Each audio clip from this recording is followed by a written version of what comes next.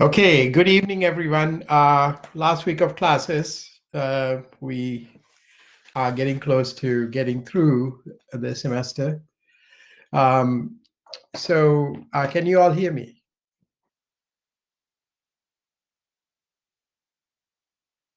Okay, thank you very much. So as you know, the grades for test 2 are available now, and you can request a regrade by, hopefully you're happy with your grade. If you're not, you can request a regrade by May 1st.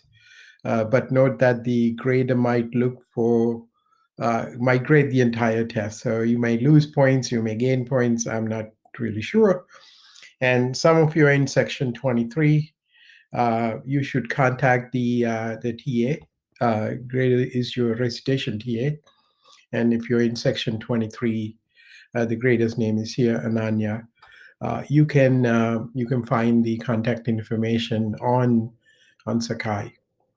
So we have one more assessment to go. Hopefully, we'll get through this. And so my intent today and on Thursday is to sort of cover things that are necessary for our final exam, which is coming up. The content that will be covered for the final exam are going to be heaps, graphs, and sorting. So we'll have to continue to go back and look at these topics and understand what they are and how to answer those questions. Okay, so we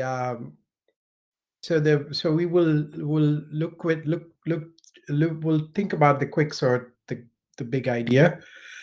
The quicksort big idea, as you recall, is choosing a pivot and then partitioning on the pivot and recurse on the left and the right. So essentially, given the array, you find the pivot. Pivot is usually the first one, and then it ends up at the right place, and everything to the left is less than or equal to the pivot. Things to the right are greater than or equal to the pivot. Notice that equal elements are allowed in this sorting algorithm. Okay, let's see if we may have done this before, but let's do it again anyway. So here's a question. Quicksort is what type of an algorithm?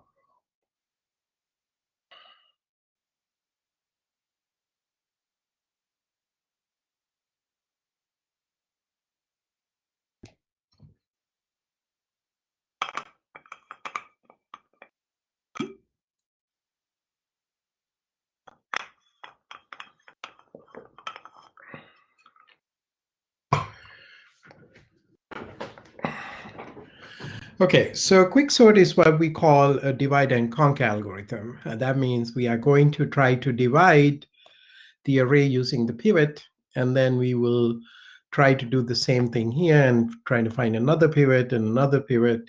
And we keep dividing and trying to conquer the problem. Okay, second problem is which of the following array is partitioned by the pivot element 12?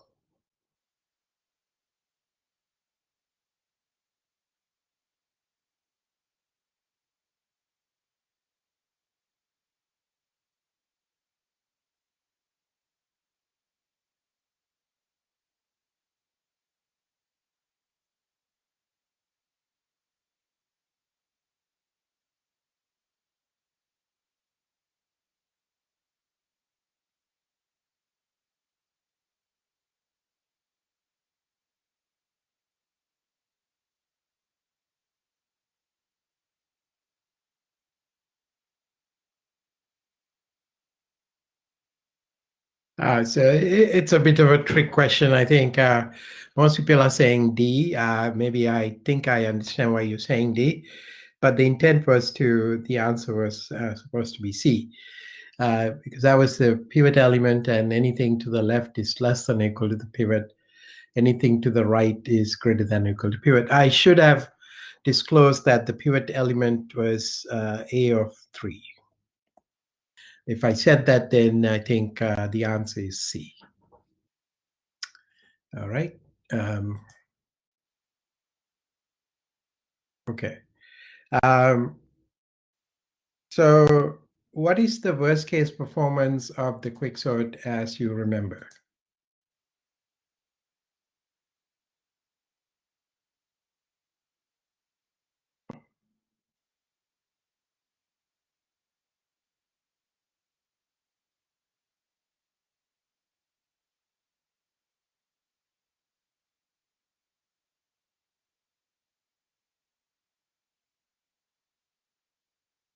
Okay, looks like we're doing good. The worst case performance is big O of n squared, which typically happens if your pivot happens to be, say, the minimum element, then you get two partitions, and another one is n minus 1 long, and you will continue that.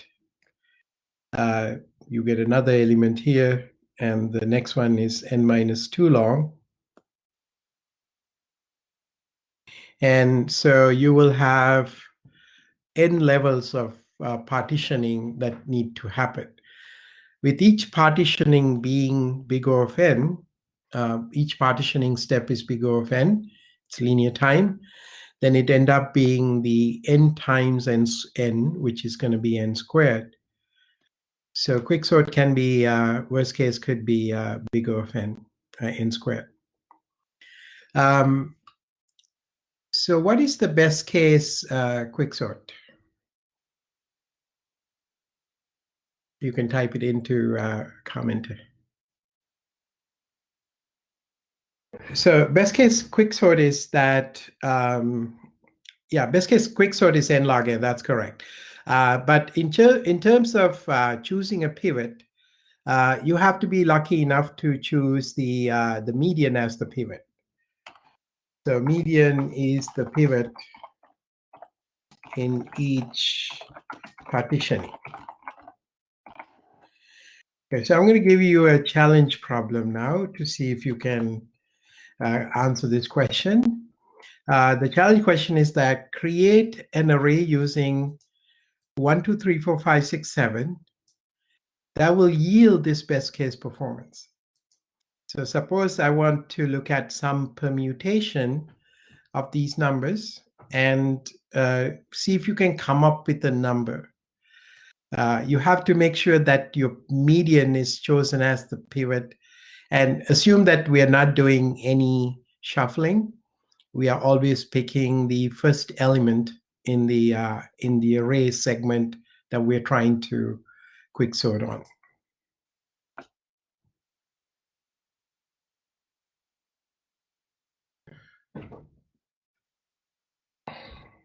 Okay, so just think about, some permutation of these elements that will give you, clearly you should know at least one of them, which is the first element has to be the median, and the median of these. So this is essentially that you would start with a 4 here in the first position, and then you have to think about what will go into the other positions. There are 7 elements here, and you have to kind of do the mental algorithm on this array so that you're always going to get the median when you choose the pivot. Okay, so someone suggested that it is 4, 2, 1, 3, 6, 5, 7. Let's see whether William has suggested that. So let's just see whether that's going to be the case. So clearly we are going to start with the element 4, and our I going to start from here, j is going to start from there. So because, as I think our algorithm is that as long as a's of I is less than the pivot, we move I to the right, as long as ace of j is greater than the pivot, we move j to the left. So in this case, the I will keep moving until here, because now ace of I is not less than the pivot. Before that, ace of I is less than the pivot. Same way, j will start moving to the left as long as ace of j is greater than the pivot. So j is going to stop here. All right. Any questions? You can type it into the chat room here. So then what we do is we always swap ace of j and the pivot. So you will have 4 here, and 3 will go here, and 2, and 1. And here you will have 6, 5, 7. Now I think this is done. 4 is done. 4 is in the right place. And here we are recursing on this part. We'll choose this element 6, which is the median of that segment. And clearly I and j will move, and no doubt that the 5 and 6 will be swapped. But on the other side, I think we have a little bit of a problem, right? What is the problem? So is this other side's going to work? The other side, if you pick the 3 as the pivot, 3 will end up here. So I think our original idea 4, 2, 1, 3, 6, 5, 7 might not be exactly right. So can someone think about an adjustment to this?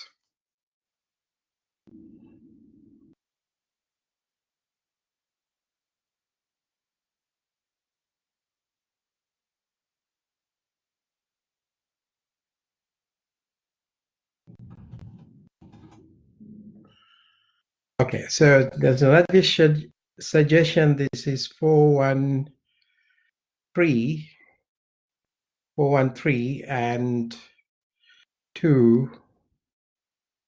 2. Oh my God, 2, 6, 5, 7. Okay. So again, let's say we start with this, and clearly I is going to end up here. J is going to come and end up here. And we're going to swap the 2 and the 4. Okay. And 6, 5, 7. Now, if you think about it, clearly that's the median of left segment. That's the median of the right segment. So you will have exactly the right splitting of the array. Okay, so it splits the array equally into this part and this part, and then it's going to split equally into 2, and then the 1 in the middle, which is the pivot, and 3 here. Okay, so the correct answer is then 2, 1, 3, 4, 6, 5, 7. It's a good exercise to kind of understand the pivoting. This is because it really gets you to think about it quite a bit, about the quicksort algorithm in order to come up with this answer. It gets very, very hard if the answer is if you have a bigger array. Okay, because the way it works is that we have an array of size n, and you find the perfect split. You have the middle element, and so we have n-1 elements, n-1 over 2 elements here, and n-1 over 2 elements here. right? That's the total is n minus 1, n minus 1. Assuming that they are equally divisible by 2, you have n minus 1 over 2, n minus 1 over 2. And then you can keep dividing this if you want. Then you will have one element in the middle. Then how many elements are in this one? And how many elements are in this one? Assuming that they are equally dividing. Can anyone write the answer in terms of n? How many elements are on this one?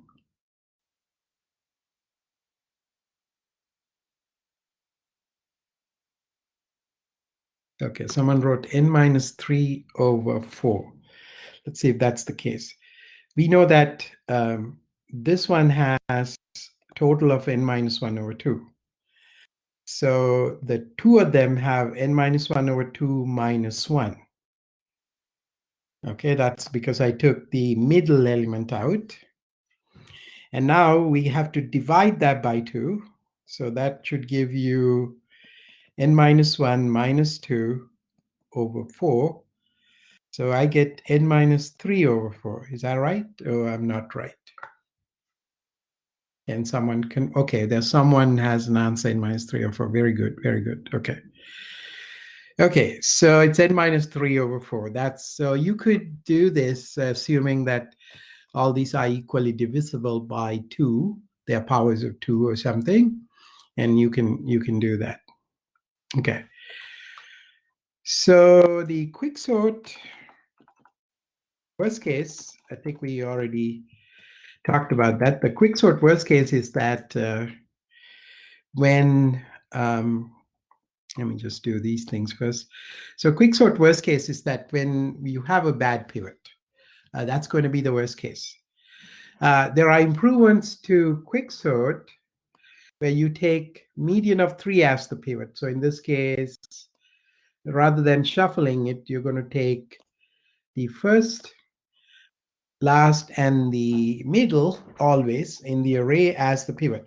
You take the median of those 3 as the pivot.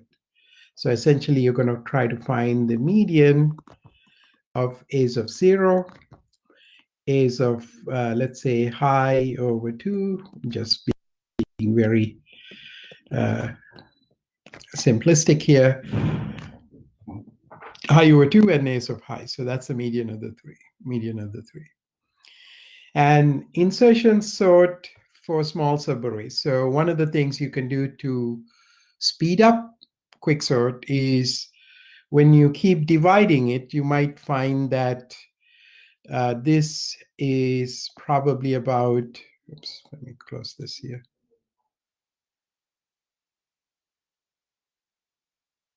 You might find that this is, maybe this is less than 100. We're talking about very large arrays. And if it's less than 100, we might just do insertion sort on this. It might be more efficient because you don't have to use recursion to do it. And also, I think last time we talked about recursing on smaller subarrays first is also a good idea to maintain the optimal performance. So these are really, I think, these kind of questions are very important. And sometimes if you go for a job interview, people might ask you on those things just to see if you have a good understanding of the quicksort algorithm. Okay, so let's do another exercise. So I want you to create a permutation of the elements 1, 2, 3, 4, 5, 6, 7. That gives the worst case performance.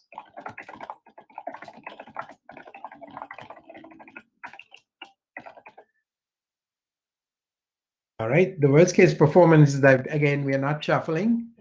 We're going to be taking just the first element. So there's an answer there, 1, 2, 3, 4, 5, 6. Let's see if that's correct. 5, 6, 7. So we take the pivot to be this. Clearly, it's not going to go anywhere, and it's going to stay there. and you will have this breakup here. And the next one, you will have the 2 as the pivot, and then you're going to split like this, 3, 4, 5, 6, 7. So it seems to me like if you use that 1, 2, 3, 4, 5, 6, 7, it will give you that. And there's another answer that says 7, 6, 5, 4, 3, 2, 1. That's also correct.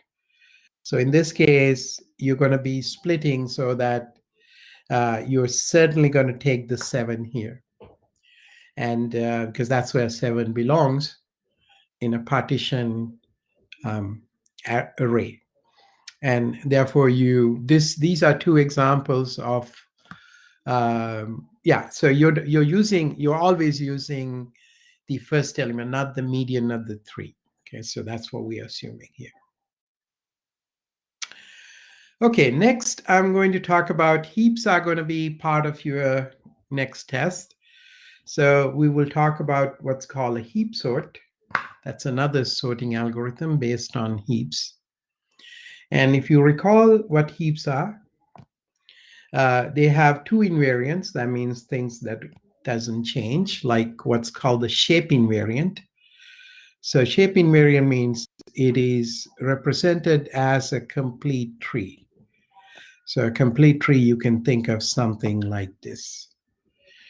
That's a complete tree where all the levels are full except for the last level where the nodes are going from, excuse me, left to right. Okay, the second part is what we call the odd invariant that says that if it's a min heap, then parent is always less or equal to. So we could have like something like 5, 5, 6, 7, 8, or 7, 7. So this is a min heap where the parent is always less than or equal to the children. Okay. So I would like you to do a practice to see if you can build a Max-Heap. Okay, I want you to build a Max-Heap by inserting the elements one at a time.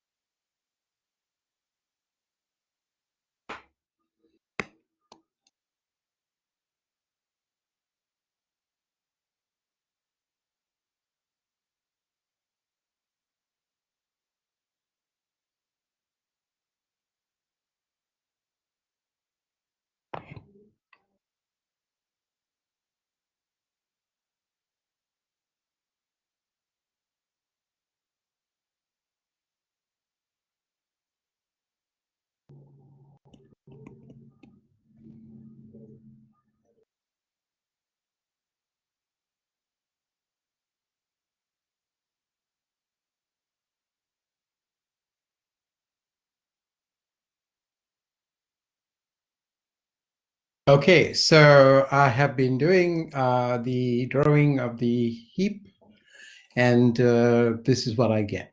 Do you have any questions?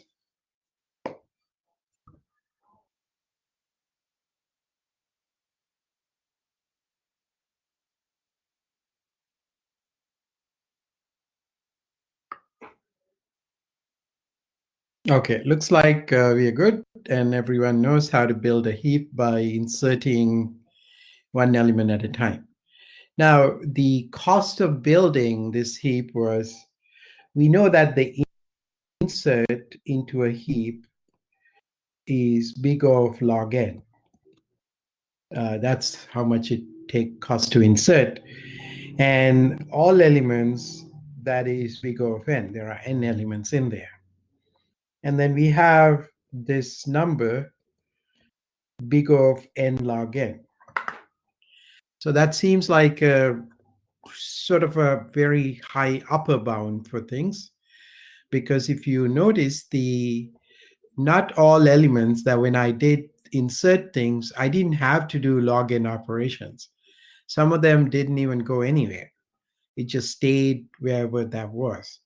So therefore, in practice, the total number of operations, it could be a lot less than what we think of as log n.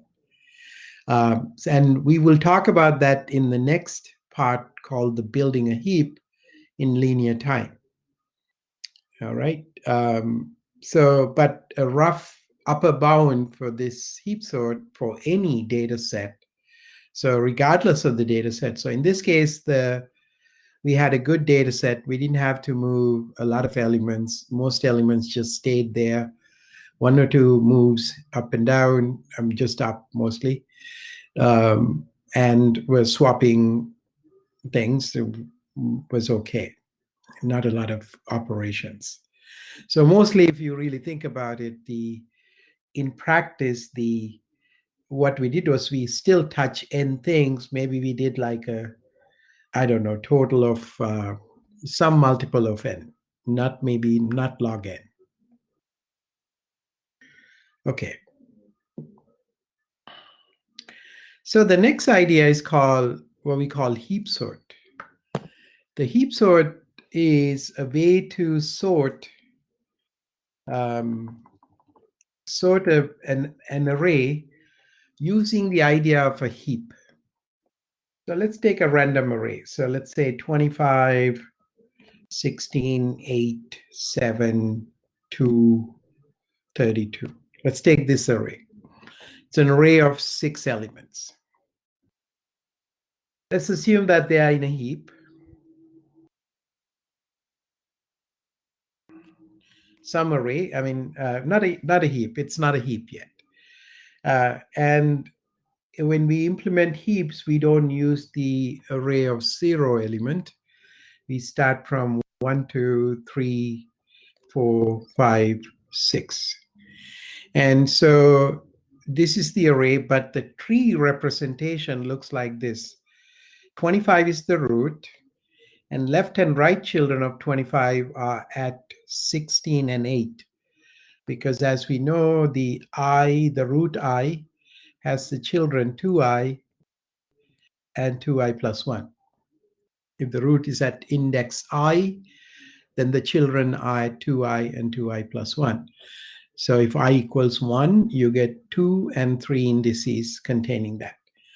Now, the children of 2 are 4 and 5. 2 times 2, 2 times 2 plus 1. So if you take children of 16, they are going to be 7 and 2. And children of 8 are going to be 6 and 7, but there's no 7.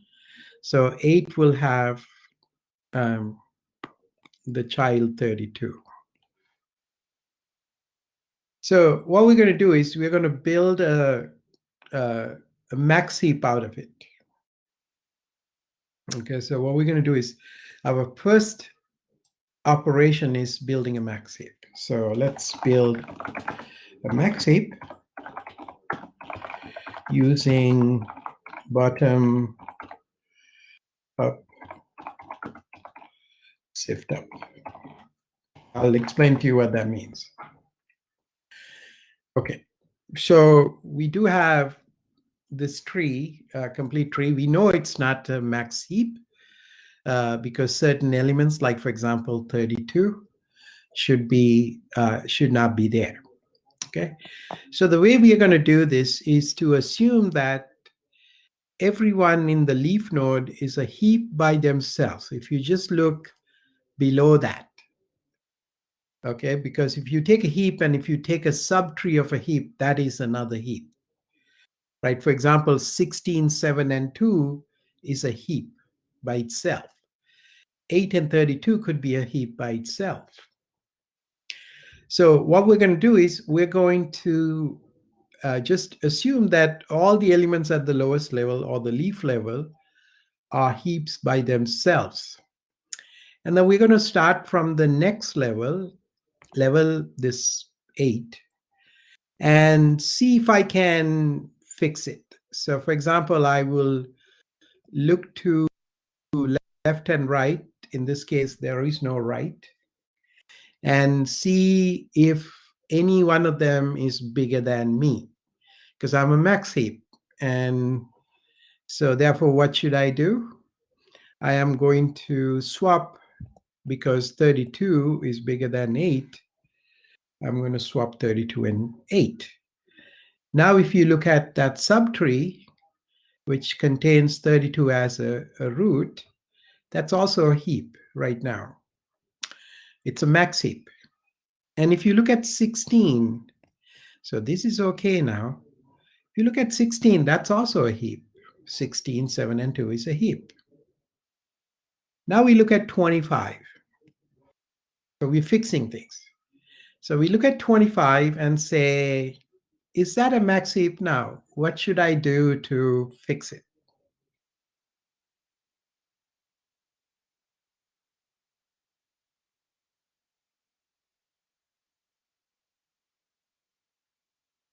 Okay, to fix it, what I need to do is I need to make sure that heap order property is a local property that is satisfied. So I want to make sure that 25 is bigger than 16 and 32. Clearly, it's not. So therefore, what I'm going to do is I'm going to bring this down. So I'm going to swap 25 and 32.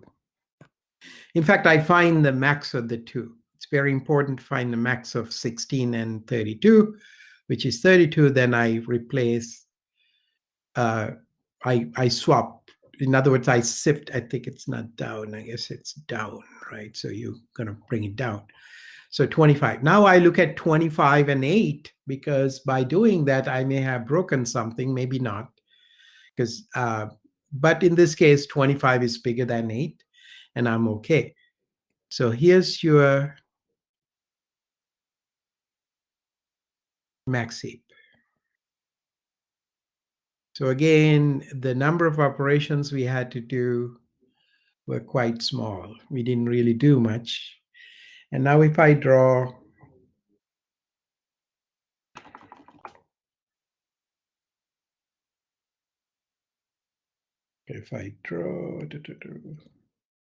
that, and then I draw the new elements, 32, 16, 25, 7, 2, and 8.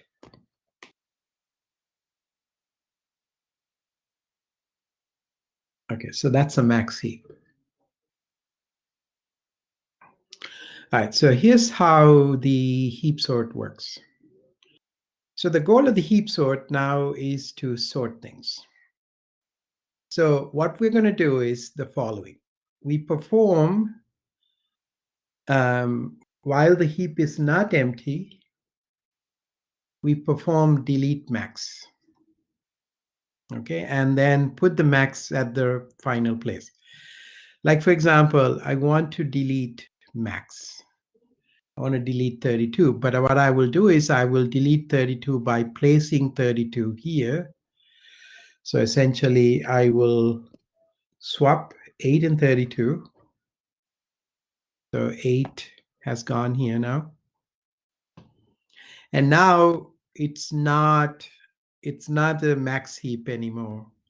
So I need to make some adjustments. What should I do to make it a max heap? So because 8 is not supposed to be there, where should the 8 go? We're going to swap 8, 10, 25. That's correct, because we look at the larger of the two, 16 and 25, which is 25. So we're going to put the 8 here and put the 25 here. So that means wherever the 8 is, now the 25 came. Wherever the 25 is, the 8 is there. So notice how we are arranging the array. Okay, so just to keep things clear, let's just redraw the heap now. So you have 25, 8, and 16, 7, and 2. And that's it. We have just ignored 32 because we don't even have to touch 32.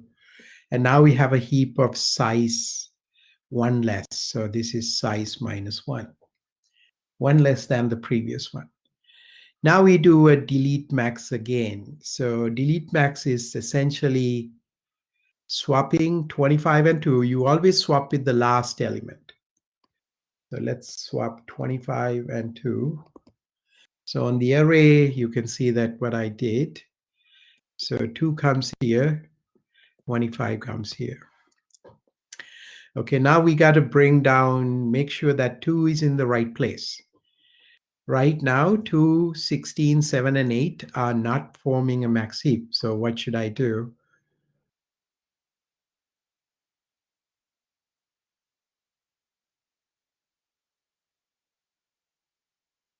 Okay, so anyone has ideas about how to make 2, 16, 8, 7 a max heap? We brought the 2 there, and then we got to do something about that.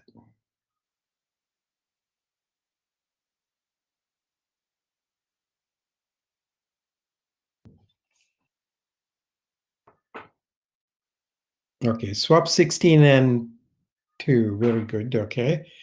So I need to swap these two guys to make it a max heap. So what I will get is 16, 2, and 8 here. Because 16 is the larger of 16 and 8 and 7 here. So let's swap 16 and 2. 2 and then 16 here. Okay. Now notice that the current, let's redraw the array again, just to make sure that we have it in the right place.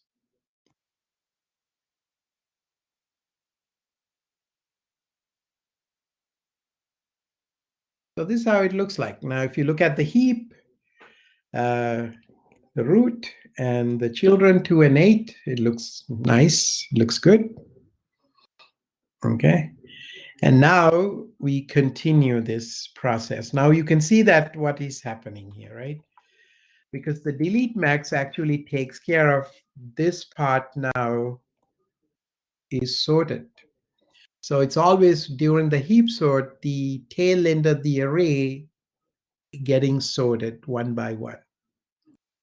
Okay, so the next one going to be swapping 16 and 7. So let's swap 16 and 7. So 60 is in the right place now.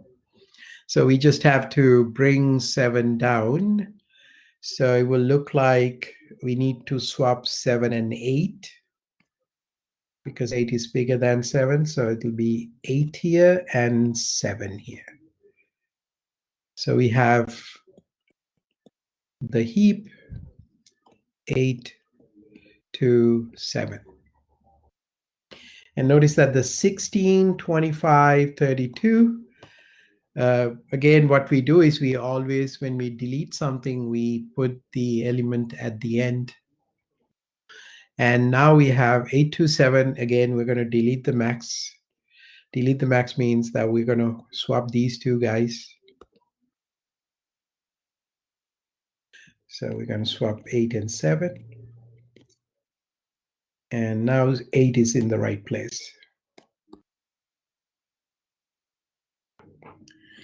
So now we only have 7 and 2, and 7 and 2 is a heap by itself. You don't have to do anything. Now we delete 7, so we swap 7 and 2. Now the 7 is in the right place.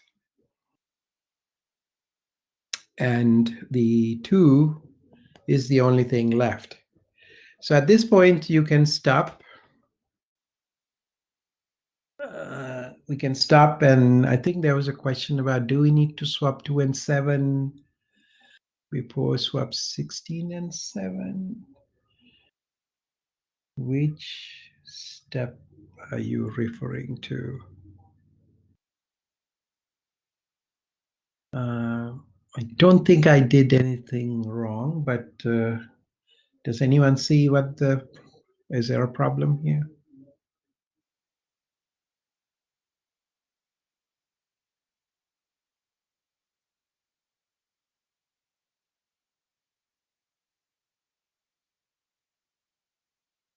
Okay, just okay.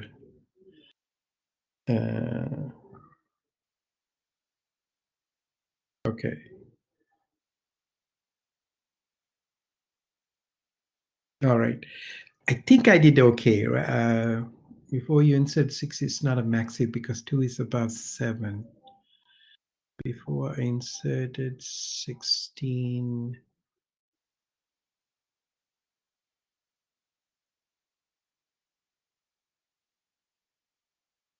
Okay, let me name these steps, and so you can tell me which step that I messed up. Okay, so let's say this is step 1, step A, and step B, and step C.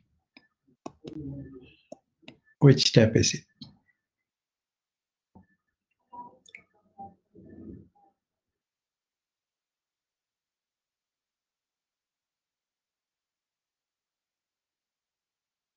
Step C. I'm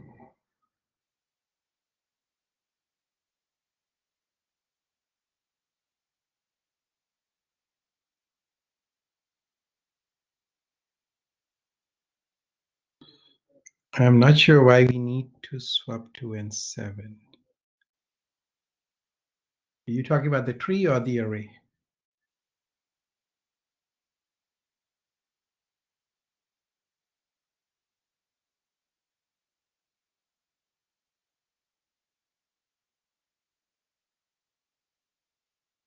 C is not a Max-Heap.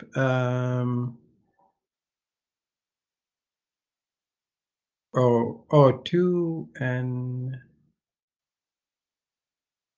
1 second here. 16 came down, so 7 went up. Okay, and then 8 was there. C is a Max-Heap because C has 8 to 7. Because this 16 is not considered. This is gone. Yeah, that's not part of the heap anymore. It's the deleted element.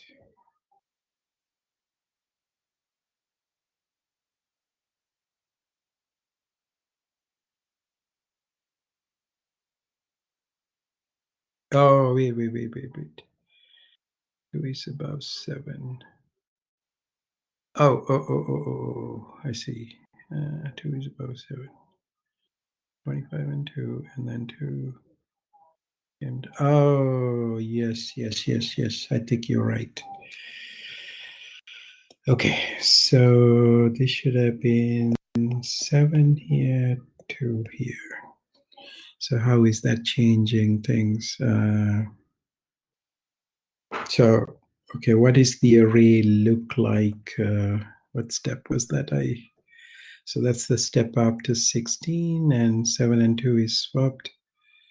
So we have 8 and 7 and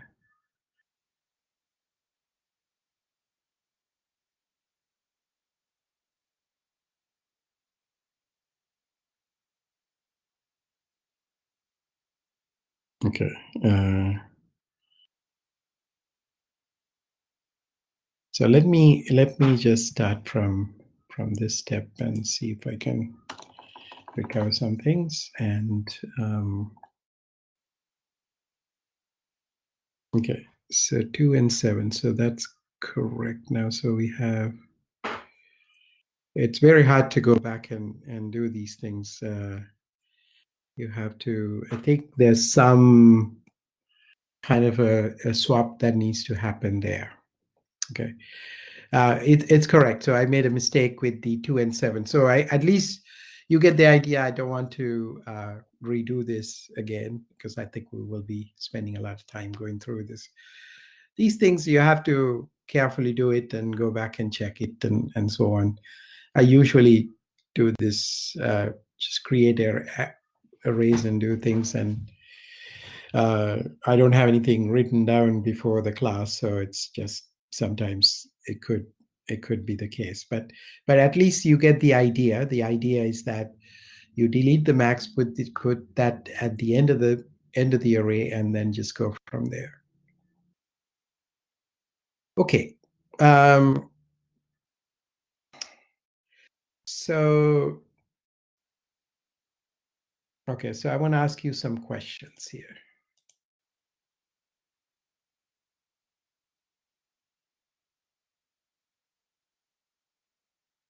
So the first question is here, the time to find the max element in a min heap.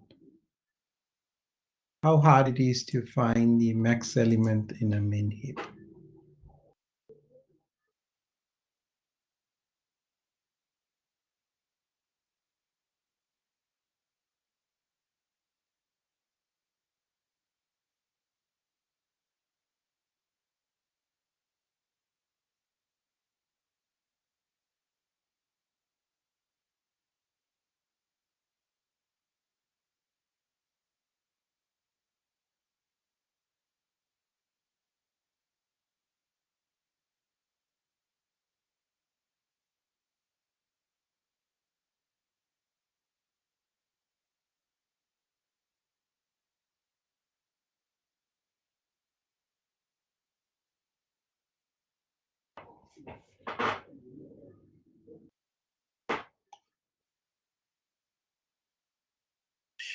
Okay, looks like people are thinking about this, and okay, let me go back to the polling. Okay, so there were a few people who chose D, which is about 8 people chose D. Let's think about that. So let's say we have a min heap. So the best thing is to think about it, right? So we have a min heap. Let's assume that we have a min heap like this. Let's say this is 2, 5, let's say 12 and 25 and say 16. So now clearly this is the max element. 25 is the max element, and we don't know whether max element is on the left subtree or the right subtree. And therefore, it seems like you have to look at every element before you can find the max element. And remember, the heap only has few operations. It's very limited. Operations like delete max or delete min or insert, things like that. So before I can find the max element, there's no way I can do a linear time. So I cannot do a linear time traversal of the tree. That's because I could do a level order traversal, but I don't have any way to access the heap. Unless I have access to the array, that's fine. You could do that. But if I don't have access to the array, there's no, I mean, if you have access to the array, you certainly can go through the array in linear time and look for the max. That's easy. But if you don't, certainly it's not big of one. You couldn't do this in constant time. That's impossible.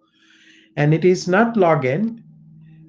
because log n is the height of the tree, and there's no way you can just go down one branch of the tree and conclude that you found the max. Plus, there is no way to go down the tree, unlike in a BST. So the only algorithm you can do is to, while the tree is empty, while the priority queue is not empty, okay, so you have to say something like this. So delete min, because it's a min heap. Okay, you want to do delete min n times. So to perform delete min n times, it will cost you n log n, because each delete min is log n time. Now, the reason you would delete min n times, because you don't know where the pivot is, where the max is. So you'll have to look at all of them, and then you can find the max. If you delete min n times, you can find the max. And so therefore the correct answer is log n log n. All right, any questions there?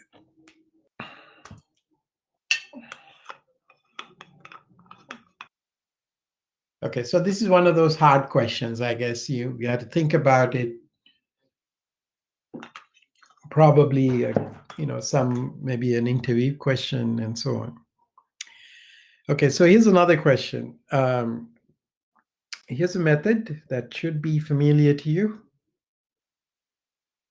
It is dealing with, it takes a heap as an array, and some n, and some k, and some root index. It's a recursive program, as you can see. It says if root index is greater than or equal to n, return. If h of root index is less than or equal to k, return. So first one is out of bounds. Second one is to get out of the recursive step. And then print out the root index. And then recurse on the left subheap and recurse on the right subheap. So the first question is, what is this method doing?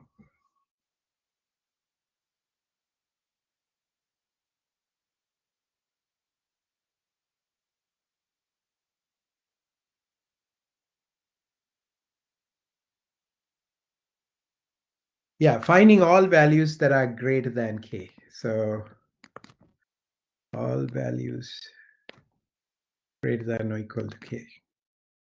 Or greater than k, actually, because if it's less than k, less than or equal to k, so greater than k. So it's finding all values greater than k, some value k in the array. And so that's true. Okay. So the question is, what is the runtime of the algorithm? Let me turn on the.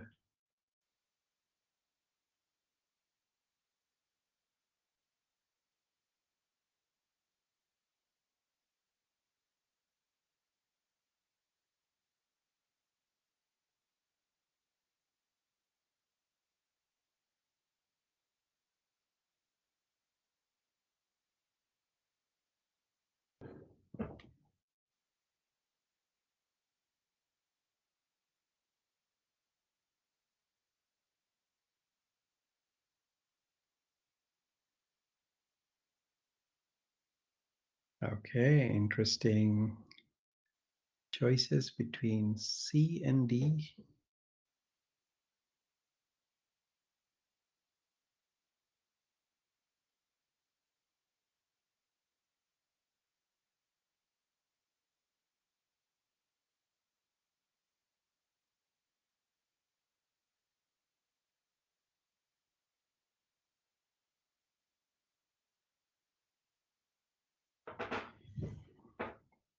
Okay, I think to analyze it, you're essentially looking at the two recursive calls. So the question comes down to, if you recursively go to the left subheap and recursively go to the right subheap, how many times you touch, or how many times you do this system.print or touching any of these things, how many things you touch. So this is more like in-order traversal or pre-order traversal. So it's actually this is like pre-order traversal, because you're processing using system.out.println, and then you go to the left and then you go to the right. So it's really a pre-order traversal. And any kind of order traversals, you only touch the element once, and therefore the complexity of this algorithm is big O of n. All right. So in other words, if you ask the program to print all the values, if you have a heap and if you have access to the heap, obviously if you have access to the heap here, it's not hard to find max or something, but this will print all the values in the heap that are greater than to some value k. But could we use this to find the max? Then how come max took us big O of n log n?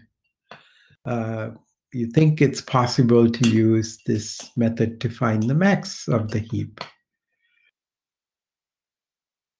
Any thoughts on that?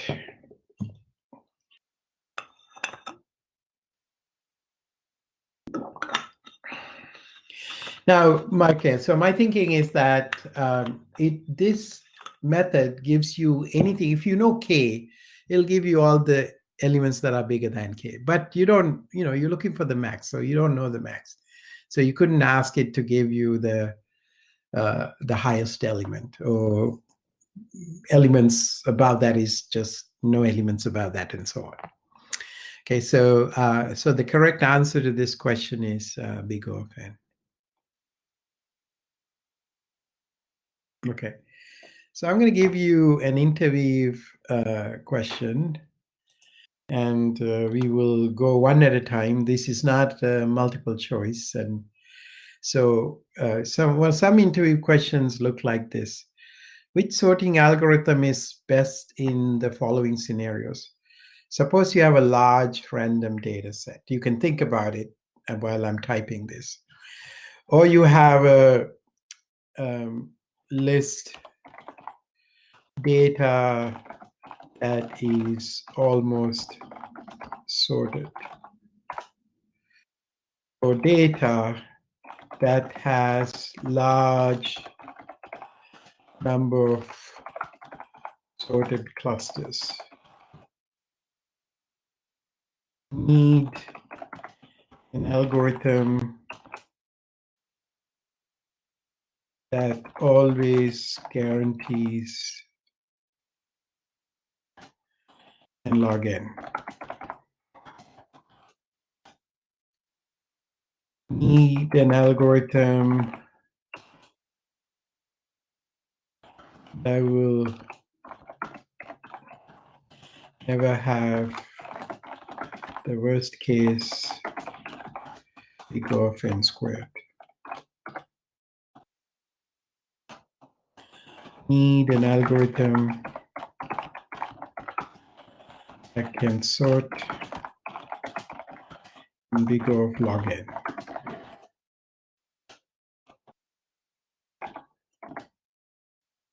Let's call it n, not log n is too much. Okay, so you guys can write what you think are the right answers to these questions. Oftentimes in practice, the important thing is that you have a specific data set, and these data sets have certain properties.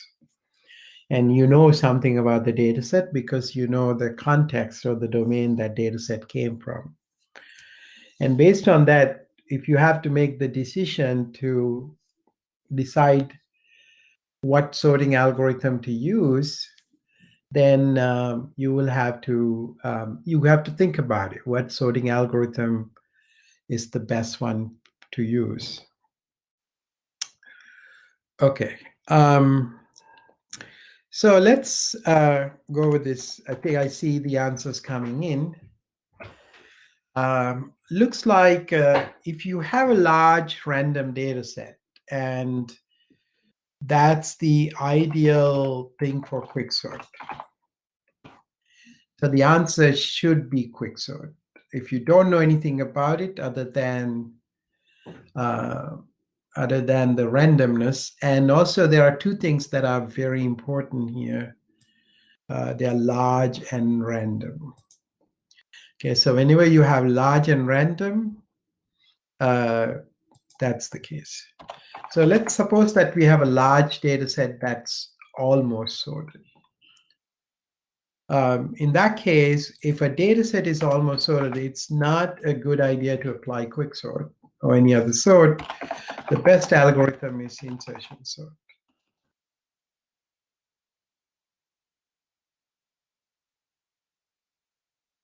All right. So best algorithm is insertion sort, because insertion sort is essentially a sliding algorithm. It doesn't really do a lot of stuff.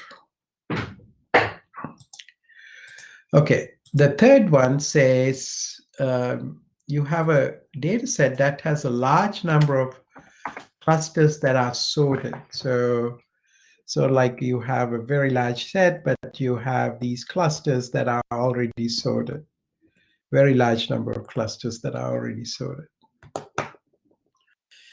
So I think the question would be, what is a good sorting algorithm to apply? There's some tricky part here.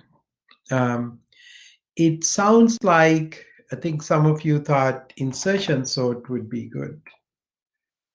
But if you think about this could be like, let's say this is 5, 6, 7, and this could be 1, 2. This could be 3, 4. So they are sorted, but they are kind of in different places. So if you try to do insertion sort, that might not go too well, because you have to swap a lot of stuff.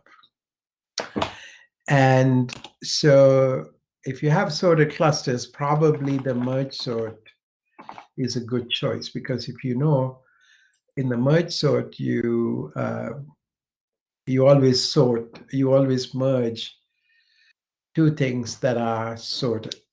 That's what you do in merge sort. So it might be a good choice there.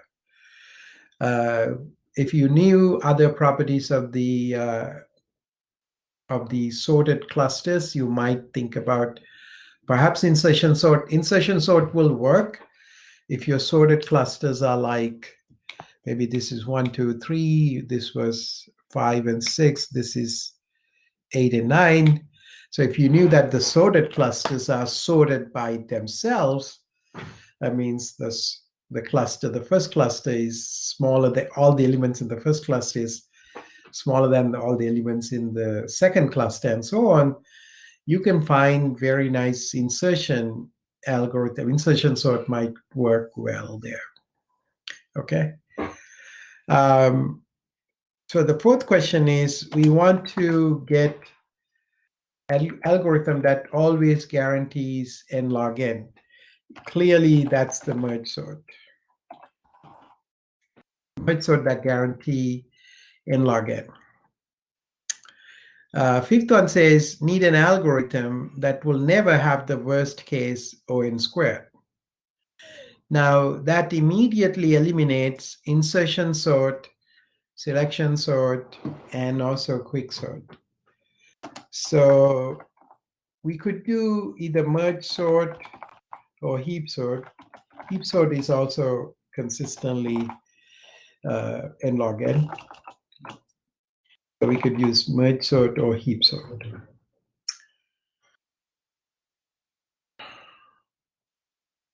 Okay. So the final one is, we need an algorithm that can sort in big O of n. And some of you wrote the answer, insertion sort. This is for I said when we need an algorithm, we don't know anything about the data set. I'm not talking about best case scenario. Okay, so in 6, I'm not talking about best case scenario. I want an algorithm for any data set that can sort in linear time. Any thoughts on that?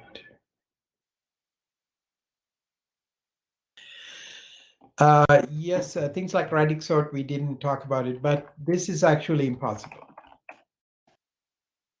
Okay, because the lower bound for comparison is sorting is big of n log n. I would love to give you the proof of this, but it's going to take a little bit of time to work it out. But you can work out the this actually is a very nice proof that shows that it's not possible to find anything less than n log n. And things like radic sort that some people mention in the chat, they are mostly for cluster sorting. It's sort of like you're not talking about, so for example, you have million things, but they are all of 5 colors. So you want to sort them into 5 buckets. Or you want to sort a million middle school students. And because middle school students are in a specific age range, we might say their lowest ages, I'm not really sure what the middle school ages, maybe let's say 14, 10 to 14 or something. And so you could have 10 to 14 bucket, 10, 11, 12, 14. And then all you had to do is just put everybody into a bucket as they come. Although you have a million things, you could do it in linear time. But you're not comparing things. You're not comparing a child to another child. You're taking one of their characteristics and sorting them into some bucket. So that's another kind of a sorting algorithm. Okay, very well. I think we're done for today, and let's meet Thursday and we can go over a few other things. The final is not cumulative. I think that these are going to be the 3 topics, but you should keep an eye on the announcements. Most likely it's going to be on heaps, graphs, and sorting.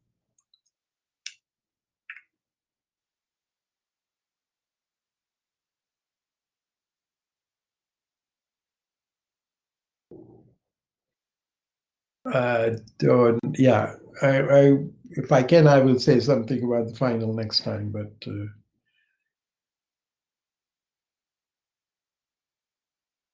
I'm good, thank you.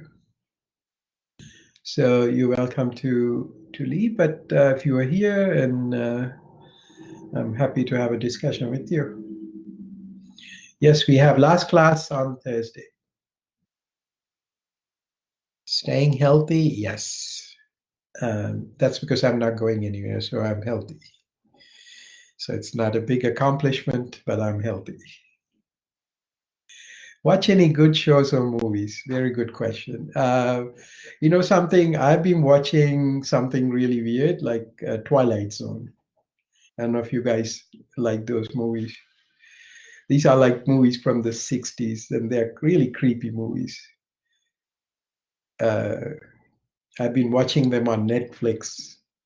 I think the nice thing about them is that they are only 30-minute movies, and I don't have to sit through a 2-hour movie.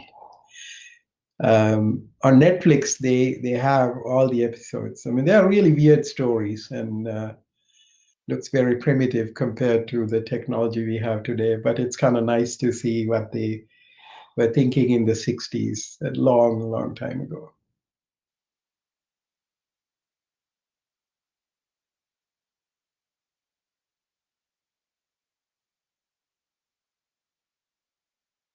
So I heard that the Netflix is the busiest during the lunchtime or the middle of the day.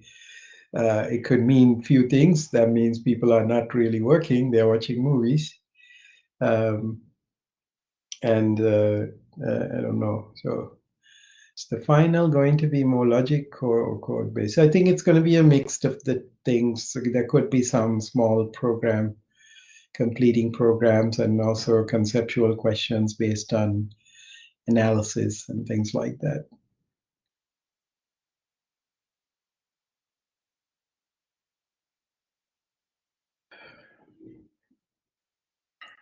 The exact form of the final is not determined yet, so it's going to come soon.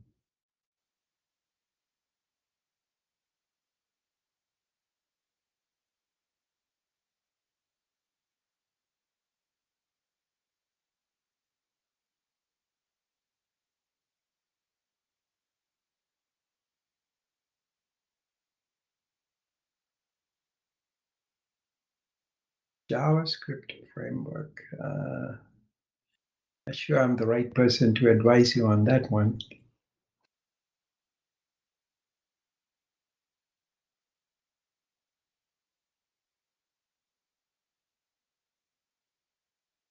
If you have other questions, I'm happy to answer. Anything about the program, the major, all of that stuff, the jobs, the life, whatever.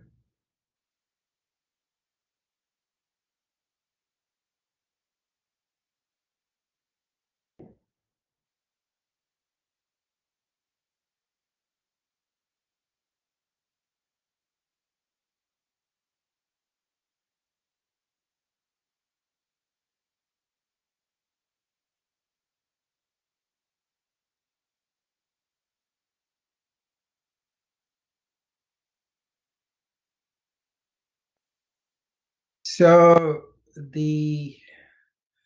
I think if you're going to learn any language today, I think I would choose Python. And Python may have overtaken Java already, so there'll be more demand for Python programmers than Java developers. Obviously, Python and Java are the two most popular programming languages now. They have their own characteristics, and also C++ in Wall Street and financial technology. I mean, they're also doing Java stuff, Python stuff now.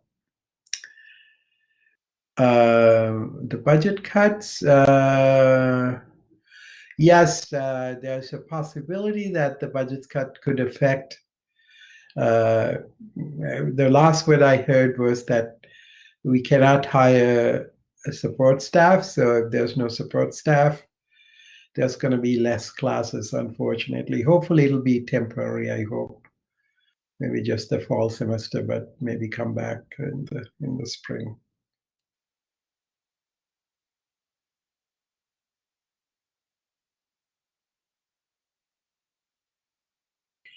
Did you get to all your classes? Did you get to register them? That would be good.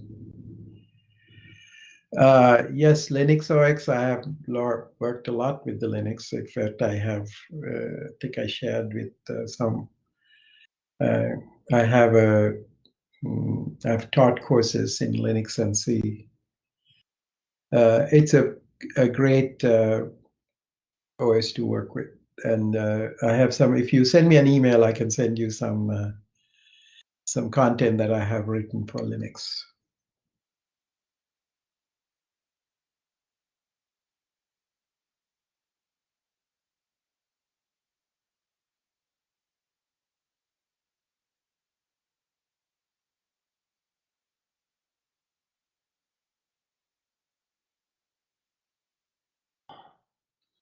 Yes, so if you're using a VM, you can install something like VirtualBox, which I run on my machine. I have a Windows machine, and I usually install VirtualBox on my Windows machine so I could run all the Linux programs there.